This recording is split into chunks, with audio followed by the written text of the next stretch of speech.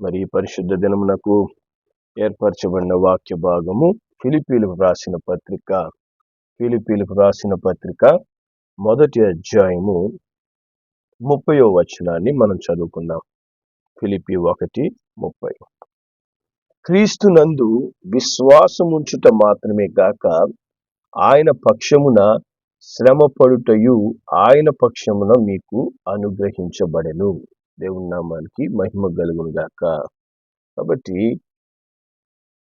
దేవుని వాక్యంలో ప్రభు మనతో చెప్తున్నాడు, క్రీస్తునందు విశ్వాసముంచుట మట్టుకే ఆయన పక్షమున మనకు అనుగ్రహించబడలేదు, కానీ వాటితో పాటి దేవుని పక్షమున మీకు శ్రమ పడడం కూడా మీకు అనుగ్రహించబడింది.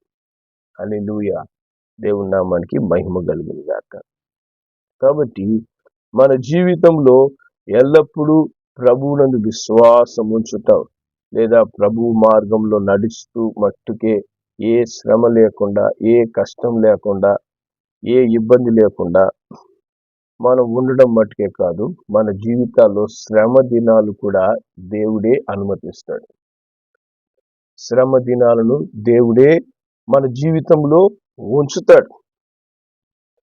మరి అది మీకు అనుగ్రహించబడెను అంటున్నాడు. చూసారా, విశ్వాసం ఉంచుట అనేది అనుగ్రహించబడుతుందంట. దాంతో పాటు శ్రమ అనేది కూడా అనుగ్రహించబడడం. చాలా మంది మన జీవితంలో మనం ఏమనుకుంటాము, మనకు శ్రమ అనేది ఇష్టం లేనటువంటి కార్యం. నాకెందుకు శ్రమ? ఎప్పుడు నేను ఏ కష్టం లేకుండా, మా కుటుంబంలో ఏ శ్రమ లేకుండా ఎప్పుడు నేను సుఖంగానే ఉండాలి, మాకు మేలు మాత్రమే కావాలి, అన్నీ మాకు సమృద్ధి మట్టుకే ఉండాలి అనేది మానవుని యొక్క ఆలోచన. కానీ ఒక దినానికి పగలు రాత్రి ఎంత సామాన్యమో అంత సామాన్యంగానే దేవుడు మనకు సుఖము, ఆశీర్వాదంతో పాటు శ్రమ, బాధ అనేది కూడా అనుమతి ఇచ్చేస్తాడు ఆయన. మన జీవితంలో ఒక కీడు, ఆపద లేదా ఒక వ్యాధి, ఏదైనా బాధ వచ్చిందంటే ఇది ఎందుకు నా జీవితంలో వచ్చింది, ఎవరి వల్ల ఈ శ్రమ నాకు కలుగుతుంది, ఎందుకు ఇటువంటి పరిస్థితి నా జీవితంలో వచ్చినాయి, మరి ఏదన్నా పాపమా, లేకపోతే శాపమా, లేకపోతే ఇంకొకటి అని పలు విధాలుగా ఆలోచిస్తూ మనిషి కలవరపడిపోతుంటాడు. మరి దేవుడు శ్రమ అనేది మన జీవితంలో అనుమతించే వాడై ఉన్నాడు. శ్రమ మనకు ఏం తెలియజేస్తుందంటే మనము ఎటువంటి వారము అనేది మనకు తెలియజేస్తుంది. ఒక శ్రమ అనేది మన జీవితంలో రాలేదంటే మనల్ని మనం అతిశయపడుతూ ఉంటాం, మనల్ని గురించి మనమే గొప్పగా భావిస్తూ ఉంటాం. మరి దేవుని వాక్యంలో సామెతల గ్రంథం 30వ అధ్యాయంలో ఒక మాట రాయబడింది. సామెతల గ్రంథము 30వ అధ్యాయము మరి 12వ వచనం. ఇక్కడ వాక్యం చెప్తుంది, తమ దృష్టికి తాము శుద్ధులై తమ మాలిన్యము నుండి కడగబడని వారి తరం కలదంట. తమ దృష్టికి తాము శుద్ధులు, మేము పరిశుద్ధులం, మేము ఏ పాపం చేయలేదు, మేము ఏ తప్పు చేయము, మేము మిగతా వాళ్ళకంటే ఎప్పుడు ఉన్నతమైన వారమే, ఉన్నత స్థితిలో ఉండే వాళ్ళమే అంటూ తమకు తాము శుద్ధులు అనుకుంటూ తమ మాలిన్యమును కడుక్కొనటువంటి తరం జనం ఉంటారంట. ఇటువంటి వారికి ప్రభు ఏం చేస్తాడు? శ్రమ అనేది అనుమతిస్తాడు. అప్పుడు తాము ఎటువంటి వారమో తెలుసుకోవడానికి ఆ శ్రమ మార్గమే దేవుని ఎద్దుకు వారిని నడిపించగలదు. మరి దాంట్లోనే 30వ అధ్యాయము 13వ వచనం మనం చదివితే దేవుని వాక్యం చెప్తుంది, కన్నులు నెత్తికి వచ్చిన వారి తరం కలదు, వారి కనురెప్పలు ఎంత పైకెత్తబడి ఉన్నవి అంటది. సరే, కనులు నెత్తికొచ్చి కొంతమంది గర్వంతో విడిచిపడడం వల్ల ప్రభువు మార్గాన్ని వెతకరు. ప్రభువు యందు భయభక్తులు ఉండవు. సుఖము అనేది వచ్చిన తరువాత, సుఖములకు అలవాటు పడిన తరువాత ప్రభువు మార్గాన్ని విడిచే వాళ్ళు అనేకులు. ప్రభువు వారికి తోడై ఉండి చేసినటువంటి మేలులను కార్యాలను మరిచి ప్రభువుకి దూరముగా నివసించడం అలవాటు చేసుకుంటారు. దేవునికి కార్యములలో లేదా దేవుని వెంట నడుచుటలో ఆసక్తి అనేది తగ్గిపోతుంది. అందుకే 119వ కీర్తనలో దావీదు భక్తుడు ఒక మాట చెప్తున్నాడు. 119వ కీర్తన 67వ వచనం. శ్రమ కలుగక మునుపు నేను త్రోవ విడిచితిని. చూసారా? శ్రమ కలుగక మునుపు ఆయన ఏం చేశాడంట? త్రోవ విడిచిపెట్టాడంట. ఏ త్రోవ? దేవుని వెంట నడిచే త్రోవ. సుఖముగా ఏ ఇబ్బంది లేకుండా ఉన్నందువల్ల ప్రార్థన ఉండదు, దేవుని భయము ఉండదు, ప్రభు యొక్క కార్యాలలో పాల్గొనాలనే ఆసక్తి ఉండదు. ఈ ఆసక్తి ఇవన్నీ తగ్గిపోయినప్పుడు దేవుడు ఏం చేస్తాడు? శ్రమను కొంచెం పెంచుతాడు, శోధన అనేది పెంచుతాడు. సో ఎందుకని? త్రోవ తప్పిపోయిన కుమారుడిలాగా మరి త్రోవ తప్పిపోయినప్పుడు దేవుడు ఏం చేస్తాడు? శ్రమ శాతాన్ని పెంచినప్పుడు మనకు బుద్ధి వస్తుంది అన్నమాట. మనకు దేవుడి జ్ఞాపకం వస్తాడు. అందుకే దావీదు భక్తుడు అంటున్నాడు, శ్రమ కలుగక మునుపు నేను త్రోవ విడిచి తిని ఇప్పుడు, అంటే ఏంటి? ఇప్పుడు శ్రమ నుంచి దేవుని యొద్దకు నేను నడుచుకొని వచ్చా. ఈ శ్రమలో దేవుని యొద్దకు వచ్చాను నేను. ఇప్పుడు నీ వాక్యం అనుసరించి నేను నడుచుకొంచున్నా. ఇకపై నేను జాగ్రత్తగా ప్రభు వెంట నడుస్తాను. హల్లెలూయా. చూడండి, మన జీవితాల్లో శ్రమ అనే పరిస్థితి వచ్చేంత వరకు మనం ఎదురు చూడకూడదు. మనం ఎల్లప్పుడూ ప్రభు యందు భయభక్తులు కలిగి ఉండాలి. మరి ఈ దినాల్లో మరలా కరోనా వ్యాప్తి చెందుతూ ఉంది. మరి నిన్నటి దినమున మన ఆంధ్రాలో కూడా కేసులు ప్రారంభమైనాయంట. చూడండి, ఒకసారి కరోనా వచ్చిన తరువాత అందరిలో భయం వచ్చేసింది. ఇంట్లో కుటుంబ ప్రార్థనలు, స్తోత్రం స్తోత్రం స్తోత్రం ప్రభువా అని చెప్పి, అయ్యో ప్రతిరోజు అయ్యా ఈ తెగులు మమ్మల్ని తాకకూడదు, మా కుటుంబాన్ని కాపాడు కాపాడు కాపాడు. మరి దేవుడు ఆశ్చర్యకరంగా మనము ఎంత భక్తి చూపించామో, లేదా ఊరికే కరోనా నుంచి తప్పించాలని ప్రార్థన చేశాము, కానీ దేవుని కృపను బట్టి మరి లక్షల మంది చనిపోతే మనం బ్రతికి బయటపడ్డాం. కానీ మానవునిలో మళ్ళా అలసత్వం. ఇంత గొప్ప మేలు ప్రభువు చేశాడే, మరణం నుంచి తప్పించాడే, నేను ప్రభువుకి ఎంత కృతజ్ఞత కలిగి ఉండాలి. ఈ బ్రతికే ఈ జీవితం ప్రభువు పెట్టినటువంటి భిక్షమై ఉంది, ప్రభువుకి నేను లోబడాలి అనేటువంటి భయం నెమ్మదిగా మానవుల్లో తగ్గిపోయింది. చిన్న చిన్నగా ఏమైపోయారు? కనులు నెత్తికెక్కిన తరంలా తయారైపోతున్నారు. విర్రవీగేటటువంటి స్వభావం.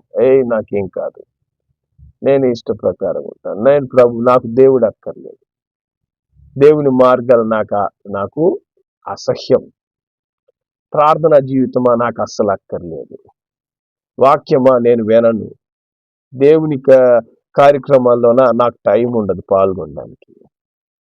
కరోనాలో పాల్గొనమంటాడు దేవుడు. కరోనా మళ్ళా పంపుతున్నాను, దాంట్లో పాల్గొను. దీంట్లో పాల్గొనకపోతే దాంట్లో చేరు. దేవుని బిడ్డలకు ప్రభు జీవమును మరణము మన ముందు పెడతాడంట. మనం జీవాన్ని కోరుకోవాలని దేవుడు కోరుకుంటాడంట.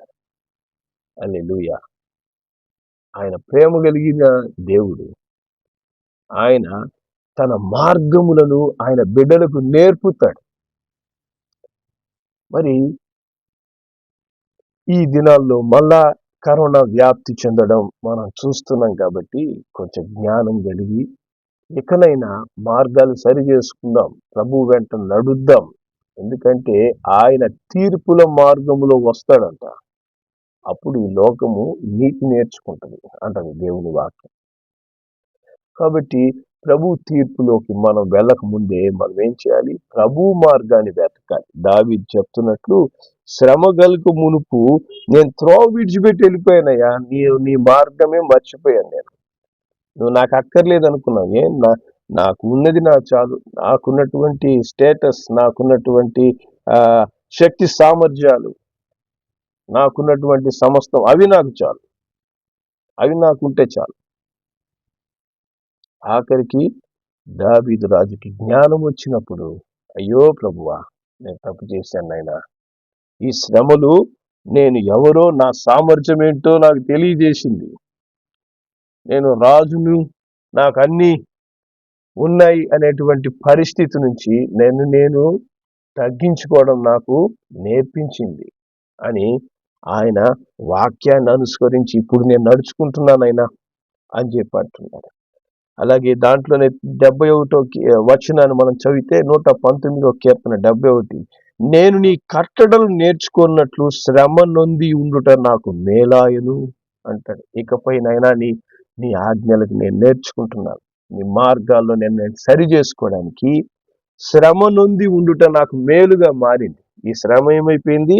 నాకు మేలును తీసుకొచ్చింది. దేవుని నామానికి మహిమ కలుగును గాక. కాబట్టి మనము ప్రభు యొక్క కృపను బట్టి జీవిస్తూ ఉన్నామనేది మనం మర్చిపోకూడదు. ప్రభు యొక్క ఉన్నతమైన కృప మన మీద ఉంది కాబట్టి మనం ఇంకా సజీవులుగా ఉన్నాం. కనుక మరి శ్రమ దేవుడు అనుగ్రహిస్తాడంట. దేవుడు ఇస్తాడు శ్రమని.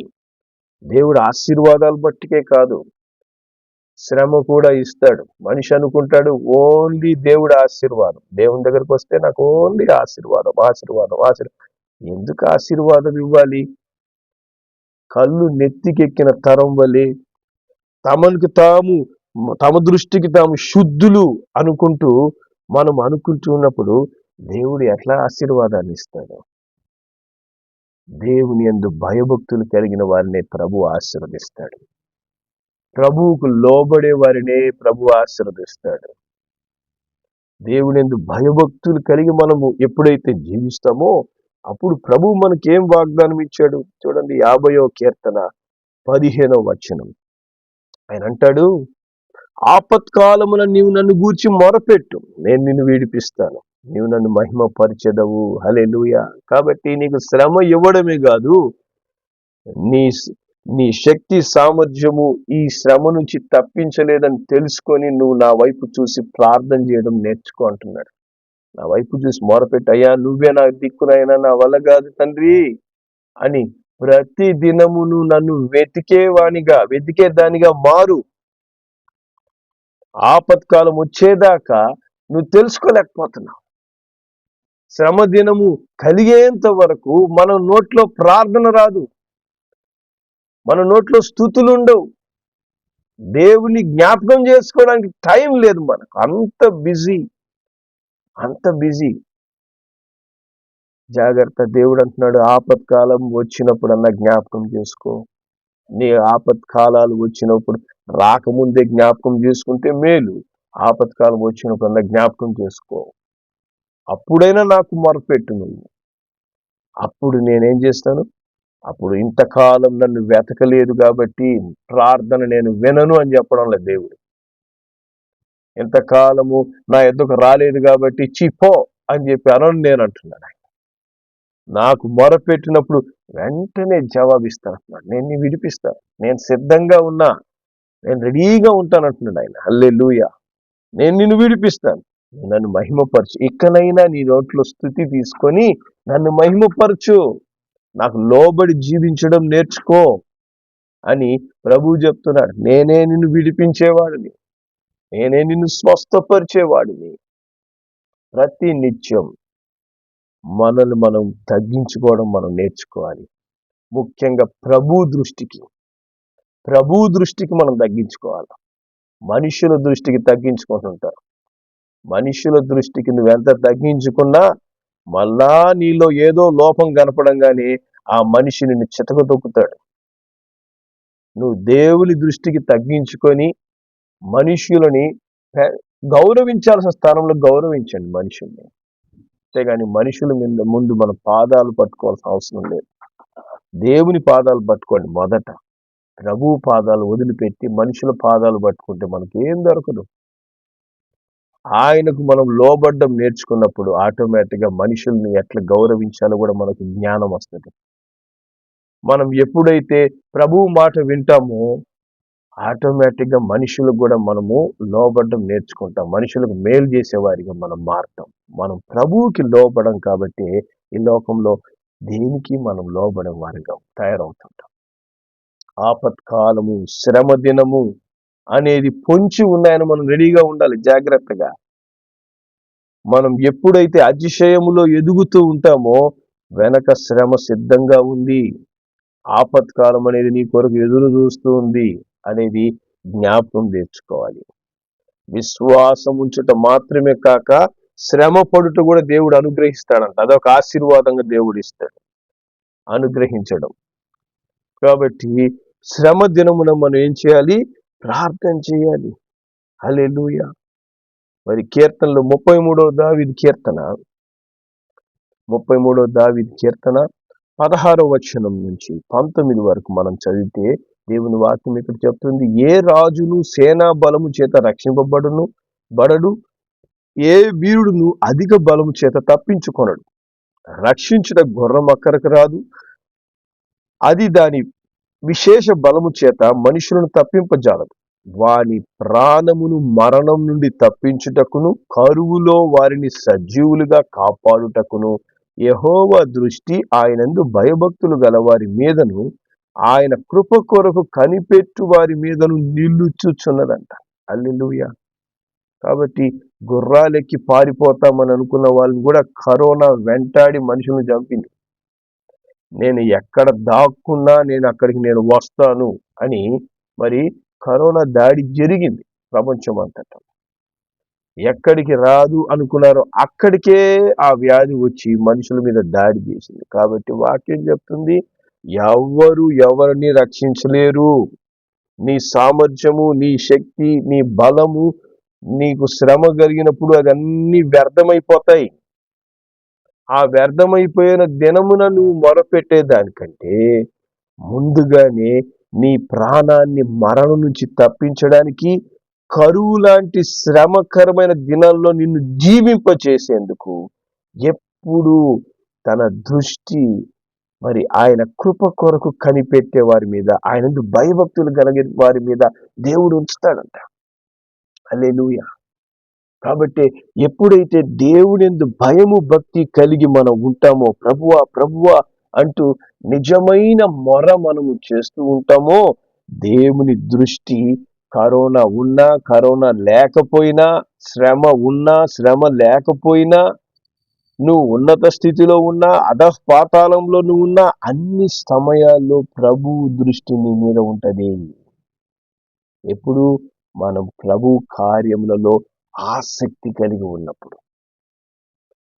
ప్రభువుని స్తుతించుటలో సిద్ధంగా ఉన్నప్పుడు, ప్రార్థన జీవితాలు సరి చేసుకున్నప్పుడు, ప్రభు వాక్యానికి లోబడుతూ జీవిస్తున్నప్పుడు, ఈ కార్యాలన్నీ నీ జీవితంలో కనపడినప్పుడు మనం దేవునిందు భయము భక్తి కలిగి ఉంటాం. అప్పుడు దేవుని దృష్టి మన మీద ఉంటది. లేకపోతే ఇంకొకటి దృష్టి మన మీద పడుతుంది. అదే సాతానుడి దృష్టి. ఆ దృష్టి పడడం వలనే దిష్టి పట్టినట్టు కుటుంబంలో సమస్యల మీద సమస్యలు, పోరాటాల మీద పోరాటాలు, వ్యాధుల మీద వ్యాధులు, కష్టాల మీద కష్టాలు. ఎందుకని? సాతాను యొక్క దృష్టి పడుతుంది అక్కడ. అందుకే పోయి దిష్టి తీసుకుంటుంటారు. సాతాను యొక్క దృష్టి ఎందుకు పడుతుంది? దేవుని భయం లేదు కాబట్టి, దేవునికి లోబడం. అప్పుడు దేవుని దృష్టి మన మీద ఎందుకు ఉంటుంది? మనం దేవునికి లోబడకుండా దేవుడు నన్ను కాపాడాలంటే ప్రభు మనల్ని కాపాడు. మనం దేవునికి లోబడాలి. అందుకే శ్రమ అనుమతిస్తాడంట దేవుడు, శ్రమనిస్తాడు. మరి ప్రజలు వచ్చిన తెగులును బట్టి భయాన్ని తెచ్చుకోలేదు కాబట్టి మళ్ళా పరిస్థితులు మారుతున్నాయి. ప్రార్థన చేద్దాం. ఈ పరిస్థితులు మరి దేవుని బిడ్డలకు ముఖ్యంగా ఇబ్బందికరంగా మారకూడదు. ప్రార్థన చేద్దాం. మరి ఎవరికి బుద్ధి తెప్పించాలని దేవుడు దీన్ని అనుమతిస్తున్నాడో వాళ్ళకి బుద్ధి కలగాలి. వాళ్ళకి దేవుని యొక్క భయం రావాలి. ప్రభు అనేవాడు ఒకడున్నాడు. ఆయన సృష్టికర్త, ఆయన సజీవుడు, నిన్న నేడు నిరంతరం ఆయన జీవించే దేవుడని తెలుసుకునేందుకు దేవుడు తన శక్తిని కనబరచాలని మనం ప్రార్థన చేద్దాం. దేవుడు ప్రతిదీ మేలును కీడును రెండింటిని కూడా తన కొరకు మార్చుకొనగలడు. తన సామర్థ్యాన్ని కనపరచడానికి మార్చుకొనగలడు. కనుక మనము శ్రమ దినాలులో మనం ఉంటున్నాం, ఈ అంచె దినాలు కాబట్టి జ్ఞానం కలిగి ఇకనైనా మనం భయభక్తి కలిగి ఉందాం. దేవునికి మనం లోబడదాం. దేవుని యొక్క కార్యములలో ఆసక్తి పరులుగా ఉందాం. బిజీ అనుకుంటూ బిజీలో ఉండిపోయినామంటే దేవుని దృష్టి మన మీద పోయి అపవాది యొక్క దృష్టి మన మీద పడుతుంది. ఆ స్థితి ఘోరంగా ఉంటుంది. ఆ స్థితి రాకుండా ప్రభువు యందు విశ్వాసం ఉంచుటలో మనము ముందుకు నడిచిపోవాలి. ప్రభువుని ఆరాధించుటలో మనం ముందుండాలి. దేవునికి సాక్షులుగా మనము మన కుటుంబం ఉండాలి. అంతేగాని కళ్ళు నెత్తికెక్కిన తరంగా మనం ఉండకూడదు. దైవ భయం లేని తరముగా మనం ఉండకూడదు. సో దేవుని బిడ్డలైనటువంటి ప్రతి ఒక్కరు కూడా మరి దేవుని తీర్పులు మరి మన ఈ భూమి మీద పలు విధాలుగా దేవుడు చూపిస్తున్నప్పుడు గుర్తించి ఎరిగి జ్ఞానం కలిగి మనము ప్రభువుకి లోబడదాం. ప్రభు అట్టి కృప మనకు దయచేయును గాక. ప్రేమ కలిగిన మా తండ్రి పరిశుద్ధుడా, అంచె దినాల్లో మేము ఉంటున్నాం. పాపం విస్తరించిన దినాల్లో మేము ఉంటున్నాం. మంచి తనపై తాను అతిశయం కలిగి జీవిస్తున్నటువంటి దినాలు మేము ఉంటున్నాం. దైవ భయం లేని దినాల్లో మేము ఉంటున్నాం. ప్రభువా తండ్రి, దేవుని బిడ్డలతో కూడా మీరు చెప్తున్నారు, విశ్వాసం ఉంచుట మాత్రమే కాదు శ్రమ పొందుటను కూడా నేను అనుమతిస్తాను. ఎందుకంటే నా బిడ్డలు మారు మనసు పొందుకోవాలి. నా బిడ్డలు నన్ను అనుసరించాలి, నాకు లోబడాలి. మరి తండ్రి, అట్టి శ్రమలో మేము మొరపెట్టే స్థితిలోకి రాకముందే ఆయన ప్రభువు యందు భయభక్తులు కలిగి ప్రభువుకు లోబడి జీవించే కృప ప్రతి దేవుని బిడ్డకు మీరు అనుగ్రహించండి. ముఖ్యంగా కరోనా వ్యాప్తి చెందుతున్నటువంటి ఈ దినాల్లో మేము ఉంటూ ఉండగా పరిశుద్ధుడా తండ్రి, ప్రతి దేవుని బిడ్డను మీరు కృపలో భద్రపరచండి. నైనా జనులకు ప్రభువు మీద ఆధారపడడం నేర్పించండి, ప్రభువుకు లోబడ్డం నేర్పించండి. అలాగే నైనా ప్రభు యొక్క తీర్పు ద్వారా నైనా ఆయన నిన్న నేడు నిరంతరం సజీవుడని లోకానికి మీరు కనబరుచుకొనమని ప్రార్థిస్తున్నాం. మీ కృపలో అందరికీ క్షేమాన్ని దయచేయమని, రక్షణ అనుగ్రహించమని ప్రార్థిస్తున్నాం. ప్రభువా, మీ చేతికి మమ్మల్ని అప్పగించుకుంటాం. యేసు నామములో ప్రార్థిస్తున్నాం తండ్రి, ఆమేన్.